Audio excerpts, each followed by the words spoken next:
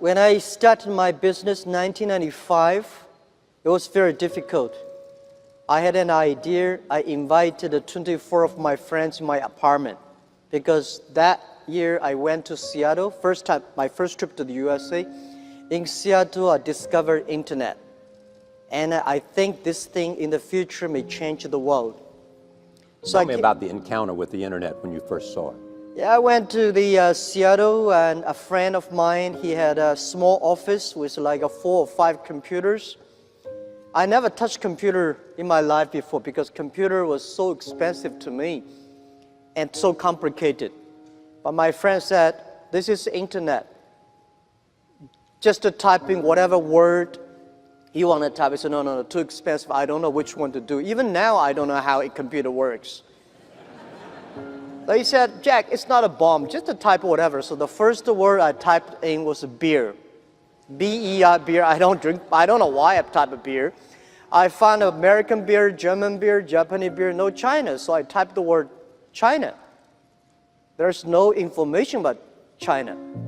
So I say, what if we can make some China information on the internet? Let people know about China. So that was the idea. So I came back to China and say, I want to resign from my school. You were a teacher? I was a teacher.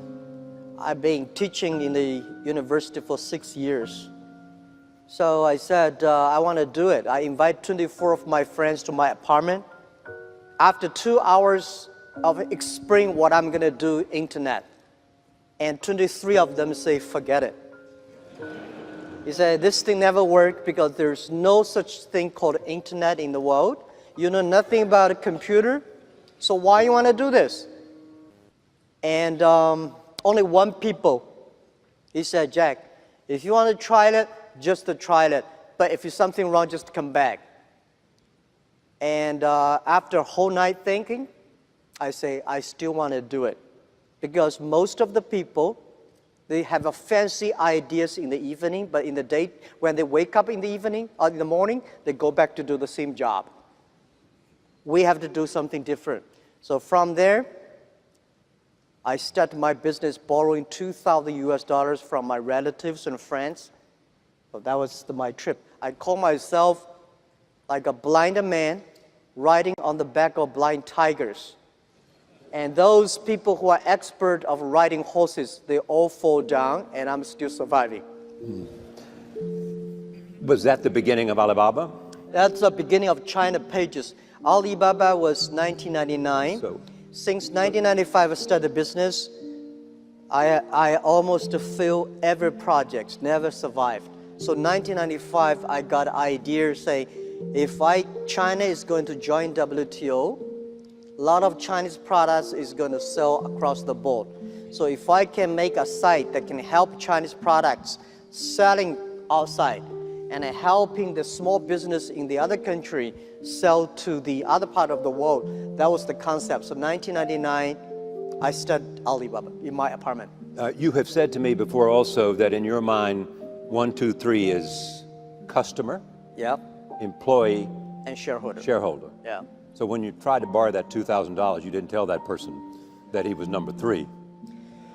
Well, the $2,000 was from my relatives, my parents, and all of friends I got $2,000.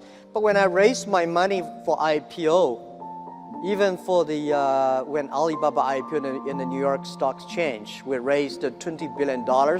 I told the investors, we've been believing customer number 1, employee number 2, shareholder number 3. And people say this is against our American investor philosophy. I remember one of the investors said, hey, Jack, you know, if I know you are shareholder number 3, I would not have bought your stocks. I say, sir, please sell it. Because I believe there's so much money in the world. There's too much money in the world. But we only need the money who believe in our vision and mission. Because I believe if the customer are happy, employees are happy, the shareholders will be happy. But if the shareholders are happy, may not necessarily customer happy, and may not necessarily your employee will be happy. When you look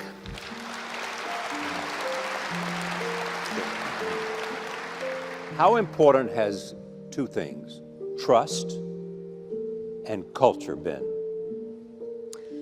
Well, trust is the most important thing, as we discussed this a few minutes ago.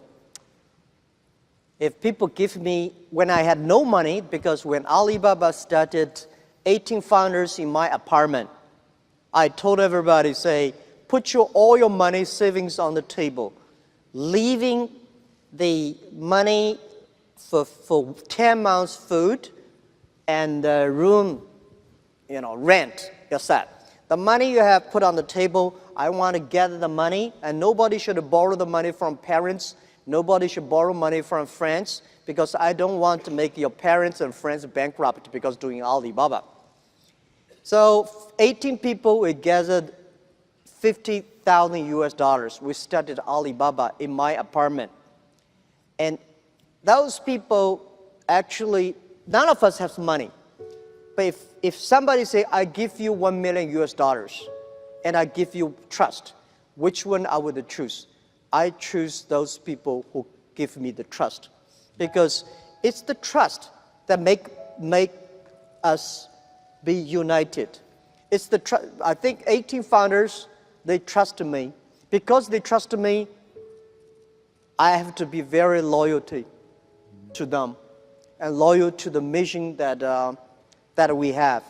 I think a lot of entrepreneurs know that I hate people work for me. I want people work for the mission that we agreed together.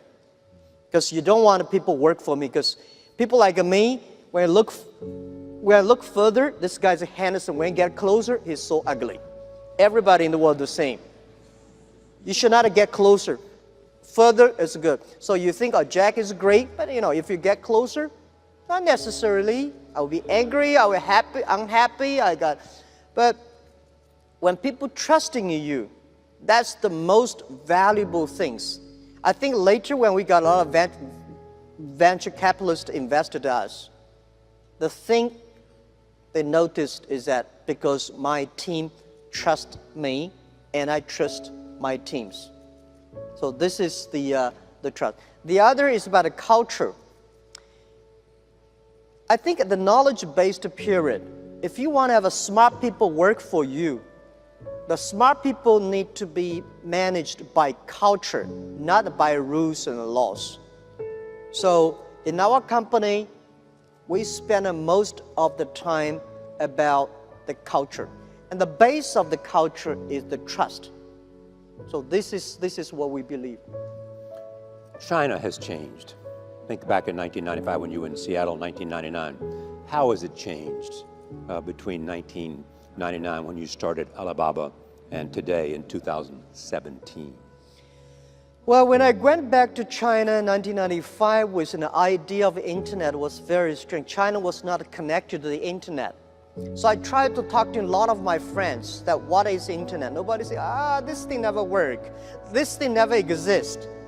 Because it's true, because but people even say Jack is a liar because he's trying to steal money from people telling us there is an internet. So when I go to the China company registration office, I said, I want to register a company called Hangzhou Hope Internet Company. The guy looked at me and say, this is the English dictionary. Tell me there is no word called internet. Why you want to register a company called internet? So I cannot register a company name. But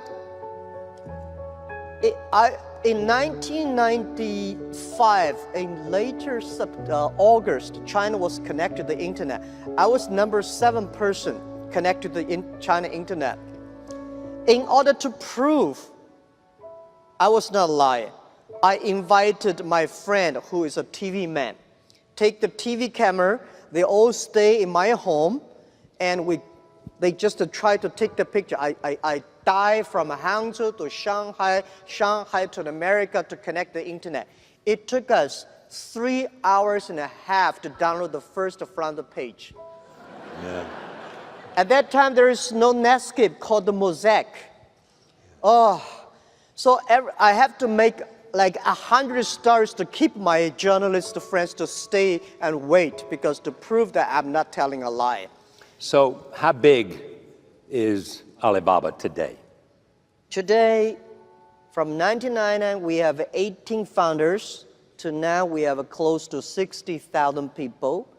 Our sales, called GMV, last year is over 550 billion US dollars. And it's just the beginning. We will probably go across 1 trillion US dollars in 3 years. In 3 years, so In that's 3 years. 2020. That's the, no, I would say in 3 years is, 2020, that's the 20-year anniversary of Alibaba. This thing does not happen in 18 days or 20 days. When we started, year 2003, when I launched the Taobao and Tmall, was funny. We got 7 founders for Tmall or Taobao. I said, everybody go home, pick up looking for 4 things that list on the website. So we see who will come to buy, how much things we can sell. So we went home. Everybody cannot find 4 things that in the home we can sell because we're too poor.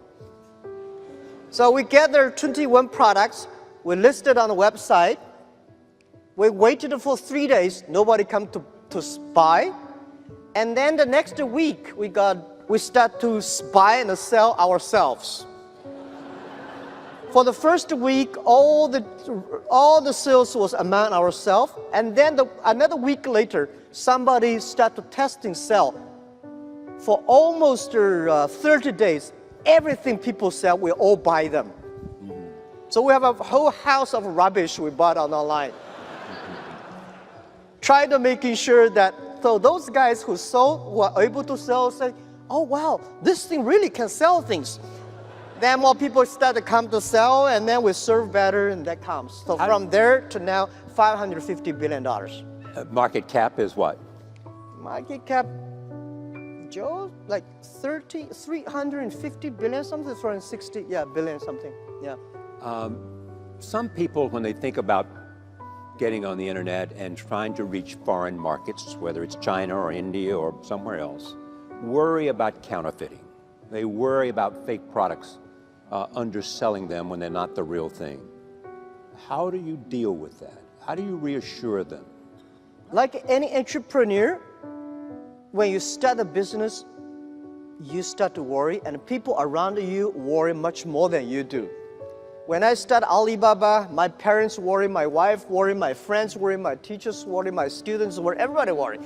And they worry about a lot of things. The only thing that I worry is that I should not disappoint the people who believe in me. And when we started the Alibaba, we have a lot of things people worry. You know, when we started Alibaba, say, hey, you don't have a payment, you don't have a trust. People do not believe in online, they believe in face-to-face meeting. And the government does not support internet, nobody supports e-commerce. How could you do it? I think as an entrepreneur, if everything is ready, that does not need you. Because nothing is ready, that needs entrepreneurship. For counterfeit things, of course, there are a lot at the beginning, but you have to fix it. So in the past 15 years, we spend a lot of time because you have to making sure the customer feels safe, happy, the brand feels happy. Your reputation is the best. Your reputation is the best. Otherwise, people say, I sell on the site and my things were copied and stolen. So we using a lot of ways to do that. Today, more than 100,000 brands partner with us. And I think we are today, I assure all the SMEs here, we are the company online today, the leader on anti-counterfeit and IP protection. Because we know there are three things that would make our site die. 3 things that would be the cancer of our business: counterfeit, IP, and cheating. So a lot of things to worry about doing business. We also worry about people cannot receive money. If you sell things, nobody will, if you cannot receive the money, you'll be cheated. So we're using Alipay, we're using all the ways we do to try to making sure that SME can easily sell, easily receive the money, and customer service is good. When you created Alibaba, there were three things you said about it. I want to talk about the comparison with Amazon. You said it'll be asset light. You said it'll be a platform, not a retailer, difference from Amazon. And you said it would play on the world stage. Why did you decide to go that direction? A transactional company. Okay, I think the difference, Amazon is a great company. They did a fantastic job in America and the world, but they are e-commerce company. We are not an e-commerce company. We help others to become e-commerce. We believe every company can be Amazon. We try to empower the small business, a marketplace, they can reach their customers. We try to empower the companies with the logistics so they can deliver things quickly and cost effectively. We try to empower every small business. When they do e-commerce, they can easily receive the money. And this is all about, and we know that this company we made so much money in the past years. But we think this is all because of small business. And the money we made, we want to ensure that we want to build up an infrastructure of commerce. So going global is so important. We should help not only Chinese company, we should help the global company. So today, Alibaba come to America. We go to, our CEO today is in Europe. We also have a lot of colleagues in Southeast Asia. We think we are not globalized Alibaba. We are globalized e-commerce.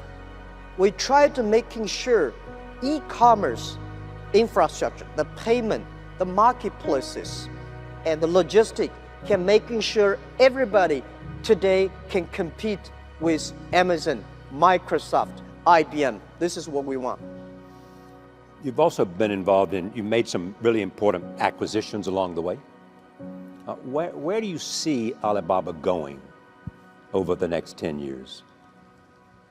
You're already in Hollywood. Yep. You're in the cloud. I mean, you're doing things that are beyond the transactional basis of your business. We doing business, we go from marketplaces to payment to logistics and to cloud, not because we think there's money there. We believe when we build the marketplaces, if we don't have the payment solutions, our customers cannot do transactions. When we have the payment, we know if we don't have logistics, they cannot finish the transactions. And when we have a lot of transactions, we say if we don't have cloud computing, the cost of IT for our customers is too expensive. So we do all these things not because we think there's money there, because we know if we don't do that, our customer cannot finish their job, their work. Our mission is helping doing business easier. So our company must be a mission and vision driven. Why we are on the Hollywood, the entertainment?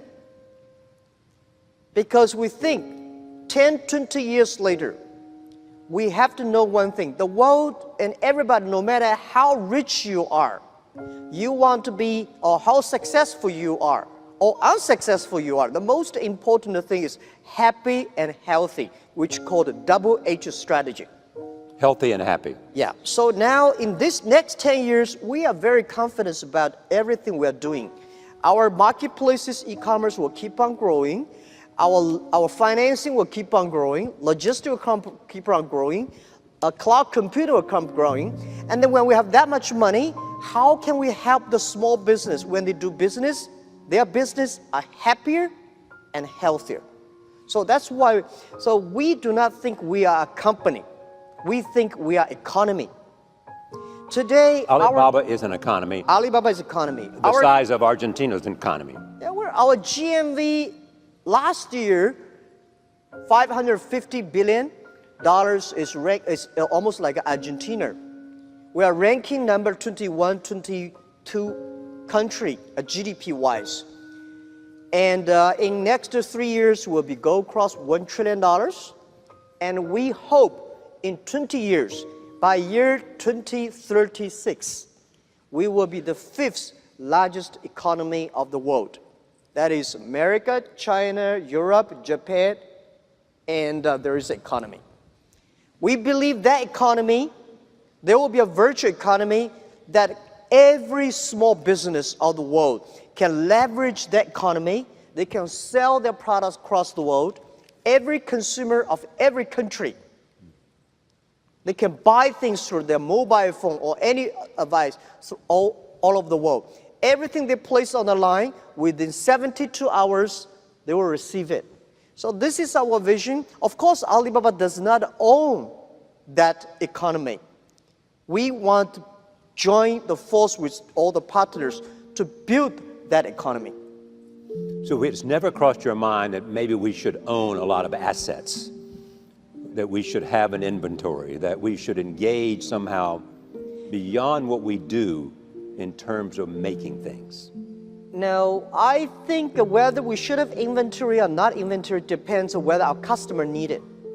If our customers say, Jack, you should build more warehouses, we build warehouses. If the customers, if our partner does not have the capability of doing things, our business needed, we do it. We do it not because, we do it not because there's money. We do it because it is necessary. Do your competitors primarily come from China? Tencent, the others? No, I think. Who do you see as your competitor? Who do you say their competitor? I don't know. I don't know. Yeah, you know, we have competed with Tencent here, we competed with Amazon there, we competed, but to me, I think it's too early. Next 30 years, internet is going, e-commerce is going to change the world. So it's like, I've been saying this to my team since when we were in the apartment. When we were in the apartment, I say, guys, in next 10 years, in the future, Alibaba will be the top 10 websites of the world. And my founders look at me and say, what does number 10 mean? Today we're ranking like a 500 million something at the back. But you have to believe it. And then I told the team that internet is like a 10,000 meters running racing. We just finished the first 100 meters yet. Do not think the people beside you is a competitor. Running for another 3,000 meters, then you know who is a competitor. We are good today. We may not be good if we lose our hope, if we lose our vision. You lose your culture. If we lose our culture and team, we're nothing.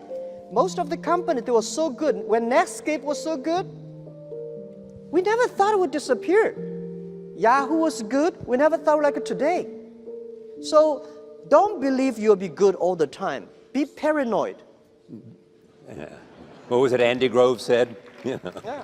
Only the paranoid survive. So I think it's honest as the entrepreneurs, do not think your neighbor Tom is a competitor. I think, look at the thing you do is do not focus your eyes on the competitor. As you are too small to focus yourself on your neighbor or the competitor. Focus your customers. Make your customer happy is important. Most of the big companies, when they talk about competitors. I think my suggestion one day, giving you guys when you go become bigger, when it comes to China, most of the American companies, internet companies failed in China. One of the reasons is that they spend too much time on making their boss happy rather than their customer happy. They spend too much time on competing, not long-term strategy. So as the entrepreneur, the always number one priority is customer and employee. What's your role at the company? You've given up the CEO position to Michael Evans. You are still the face of Alibaba. You're traveling the globe all the time, preaching the Alibaba story. You are the visionary. You are the one who thinks about where Alibaba might be. How do you define your role today? I have 3 things to do. When I retired from CEO position, I told my CEO and teams, I promise when I'm a chairman, I'm still learning to be a chairman. I thought I would become a chairman when a company is big. I should have more free time, play golf on the beaches. But I found, oh my God, I fly 870 hours in the air last year, and this year 1,000 hours in the air. 3 things. The first thing I would do is I would making sure our company is a mission-driven company. Mission and a vision-driven company. We have to making sure the whole company believing we are building up an economy that can empower every small business, young people, women. They can easily do business through internet. This is number 1. So I'm talking to everybody in the company I meet. I remember there was a guy called David Wong. That was early days when I came to America, talk about the internet, about the value mission of the company. This guy sitting there, he was working for Fortune 500. He said, Jack is a crazy guy. How could you, a company has no business model, no money, and talk about the mission, vision, and value. I say, David, come to my company. So I came to China, spent 3 days in my company. When he leave, he said, Jack, I found you are crazy. Now I found 100 crazy guys in your company. They all talk and seem like you. A company, if you have 100 crazy guys, we do not think we are crazy. We think the outside world are crazy. Yeah. So this is very, very important. And also, I think for the first 3 years of Alibaba, we had no revenue, no business model. And I told the team, forget about the money revenue today. If you want to be a long-term company, the only thing think about is customers. The best revenue for our first 1 or 2 years, the best revenue is what? Is the email of thanks. That's the best revenue. If the customer sends you email saying, you are great. I was so happy early days when I went to a small restaurant, people will pay my bill. And with a small note to say, Jack, thank you very much. I know you do not make money, but we made a lot of money through your website. Yeah. I like that.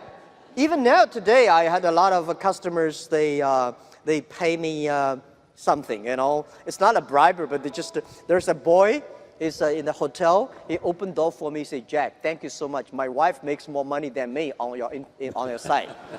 So this is the best. Yeah. And I want to keep this culture in the company, keep on going. So, the second thing is culture, the people. And the third is build up a healthy environment for Alibaba. So Jack Ma doesn't worry about a damn thing. Oh, I have a lot of things to worry about. So what do you worry about? I worry about the company. We have a big vision, but we may disappear in 3-4 years. Because you're disrupted by something you can't imagine today. We do, because the world is changing so fast. I worry a lot. The artificial intelligence may take a lot of jobs away. And I worry about if we do not move fast enough, if we do not innovate enough, if we do not spend enough time and giving simple, easy products, application, technology for small business. Most of small business cannot survive in the next 10 years. If the small business cannot survive, we cannot survive. And so what does small business need to survive? Today, I would say next 10, 20 years, the small business, no matter where you are, if you do not try to globalize your business through internet, you may not have a business opportunity. It's not like I do local. Local business in the future is going to be more and more competitive. Think about it. How can you sell products across the board?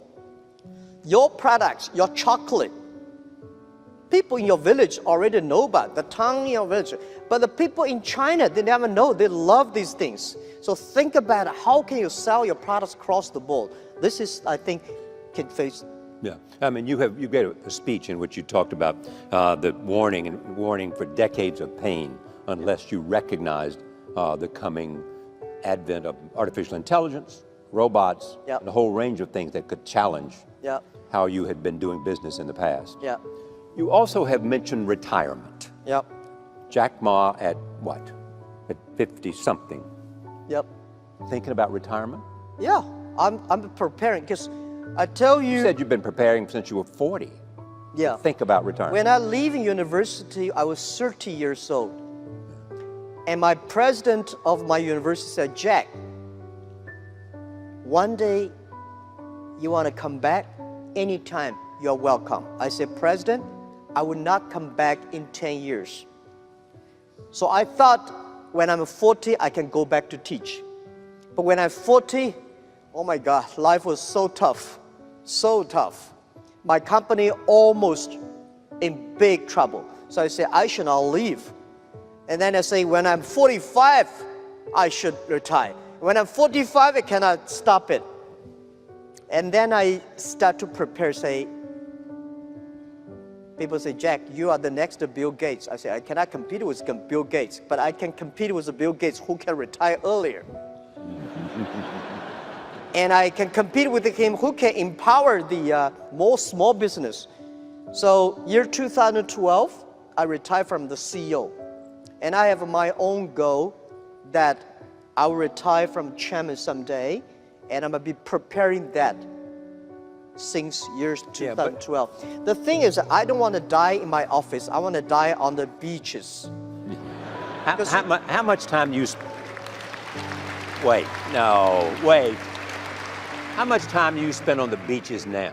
I don't have time spent on the beach. That's why I always dream one day I want on the beaches. Because remember, when we were young, nobody give us chance.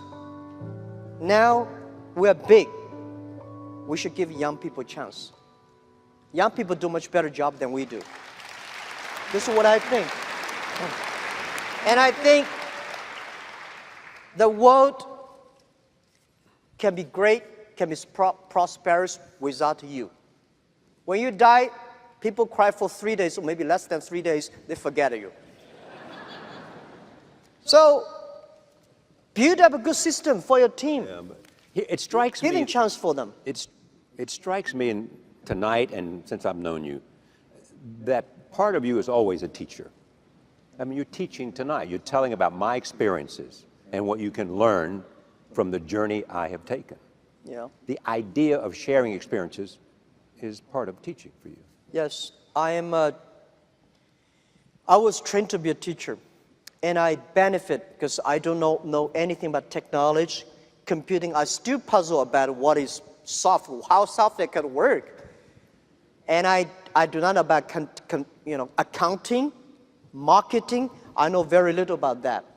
But the thing I learned from being a teacher, that a teacher always want his students to be more successful and better than you are. So this is, I learned to be a good CEO. When I hire people, I always want to hire those people who are smarter than I am. And today I give a lot of advice to my colleagues. When they hire people, there's one judge. Look at the young man. If you think he will be your boss, he will be my boss in 5 years, hire him. Do not find people who will follow you all the time. So as a teacher, you want this student become a banker, that's the scientist, there's a mayor. You don't want this student bankrupt, that is in jail, So this is the way that I benefit. And then when I become a CEO, I call myself Chief Education Officer. And I love to talk, I love to share, because when as a teacher, you may not know a lot of things. The only things you learn and you share. People may not like the way I talk. And my job is not to make people happy. My job is to make people think. this is the way we did. If it is helpful for you, take it. If it's not helpful for you, just to forget it. So this is, I love to be with the entrepreneurs, because you guys reminds me the past 18 toughest years that we've got. And I believe one thing, I'd give my advice to all of you as an entrepreneur, today is very difficult, and tomorrow is even more difficult. But the day after tomorrow is very beautiful. Most people die tomorrow evening. You have to work hard, you have to learn, you have to rely on your team. And that's my business. I like to be a teacher. I was going to ask you about legacy, but I'm not going to ask you about legacy because I think you just summed it up yourself. It's a great pleasure to be here with you. Jack Ma, thank you. Thank you.